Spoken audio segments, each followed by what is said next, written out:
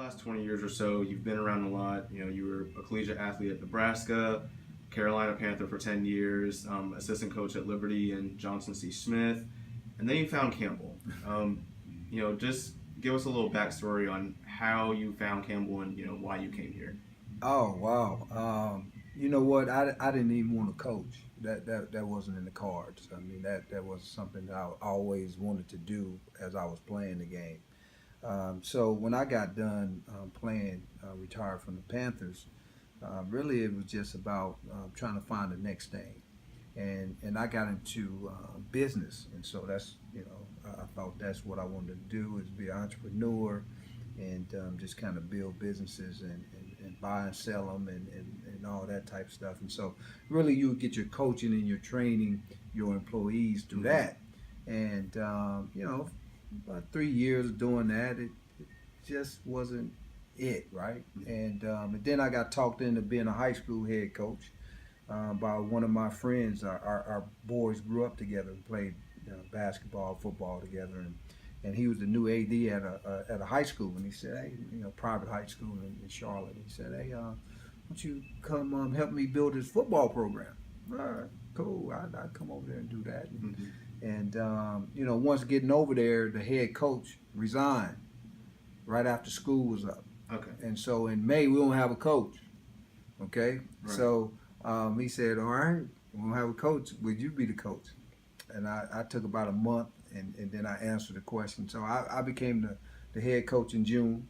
And so now I got to figure out high school football. Right? I've never been in high school football, and at that point, 15 years I was removed. So the game has changed, right? Now they're doing spread football and all this stuff, and you don't want to have that National Football League. People in the I formation, and they coming downhill, right? Play action pass, bootlegs, things of that nature, and so I had to learn spread football. So I took a month to read everything that was printed on spread football, and so because that's what the school was running, I didn't want to change them. So anyway, went into that, did it for 3 years, 2 state championships. I had built a program where it was on autopilot. I didn't even have to go to the game. If I didn't go to the game, we were still going to win, right? So I mean, that's where we had got the program. Right. But at that point, I get bored with stuff. Once I get it to that point, it's like, okay, what's the next challenge, right? And so the next challenge was going into college and doing it from that level. And so I started on that journey of. I always knew I wanted to be a head coach, though, and I gave myself 5 years to become a Division I head coach. That I knew that going into being a college coach, and so I went to Johnson C. Smith first. Didn't want to leave Charlotte, so that's one of the reasons why I went to Johnson C. Smith, and did that for a year. And then after that, me and Coach Gill, who coached me at Nebraska, started talking. And at the time he was at Kansas, and so once he got released from there and went to Liberty, called me up. I'm at Liberty. I'm like, okay, and asked me to come be the special teams coordinator there, and so I did that for a year. And Landon Mariani, who's a coach here at Campbell, we knew each other because he was recruiting my high school, some of my players to come to Campbell. So we had developed a relationship, so we knew each other. And so he called me and said, hey, Campbell job is open. Why don't you apply for it, right? And so I did, and AD called me, and five minutes later, I was the head coach at Campbell University. So I had no connection to it prior to that other than Landon Mariani, being here and me knowing him and knowing that a couple of my players from my high school came and played here. So that was my understanding of Campbell University and this football program. I did know that you guys we was dead last in Division I football. I knew that, and but that was intriguing to me because I always said I want to take on the worst team, and I want to make it a champion. So that was my goal when I first started coaching, and so that's my connection to Campbell. Speaking of their place in the standings when you Yeah. first got here, this is now your fifth year being here as a head coach. How have you seen the team develop and change over the time that you've been here? Well, let me say this. It's very difficult to change a culture really, really fast when you don't have scholarships, Right. right? So because you still asking people to come play for you that has to pay $40,000, right? So the change is going to be very, very slow and Mm-hmm. methodical, and so what people can't do is say, okay, well, when you look at Alabama, or you look at Ohio State, right, and all these other programs where a coach comes in and they change it around in 1 year and now they win it, right? If you look at these Cinderella stories, that's not realistic Mm-hmm. when you compare yourself to something like that when you're in a non-scholarship league.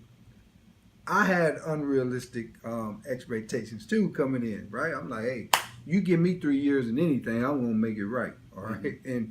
And so what I understood and what I understand now is it takes time to get the right people. Because at the end of the day, you got to have the right people. So it doesn't matter what you know; it's about having the right people. And so when you ask the question of what does Campbell football organization look like now than it did when I first got here, is we got the right people on the bus, okay? Which is what we talk about our cornerstones, industriousness and enthusiasm. You got to have those pieces in you in order to be part of this organization. And now, 5 years later, I can tell you this from top to bottom, right? We got those type people, and it's taken 4 years to get 100% of those type people on the bus. And so I think that's the biggest difference when you look at where we started and where we at. It's the people that's on the bus now. And what has been the significance to you personally, just seeing that slow transition to seeing how the team is now from when you first got here? It has taught me patience. It has also taught me how do you take what you know and then put it in a simple, concise, direct message. Mm-hmm. So I think that's the hardest thing for a guy who's done it at a high level and now going into coaching. How do you take what you did naturally and what you did subconsciously and then make it into a program where you can now give it to somebody who don't understand it, but then you teach them how to do what you did, right? I think that's the biggest thing that I've learned is how to take all this knowledge and wisdom that I have about the game of football and then break it up into pieces that I give the coaches, that I give the players, that I give the 17-year-olds, that I give the 22-year-olds, right? And then all the support staff and all the other administration pieces that goes along with building an organization at a college Division I level. So I think that's the biggest thing that I've learned is how to chop that up to make it palatable for everybody. Mm-hmm. Yeah. And last year, Campbell announced that, and the football program announced that you guys will be moving to the Big South Conference in fall of 2018. Yeah.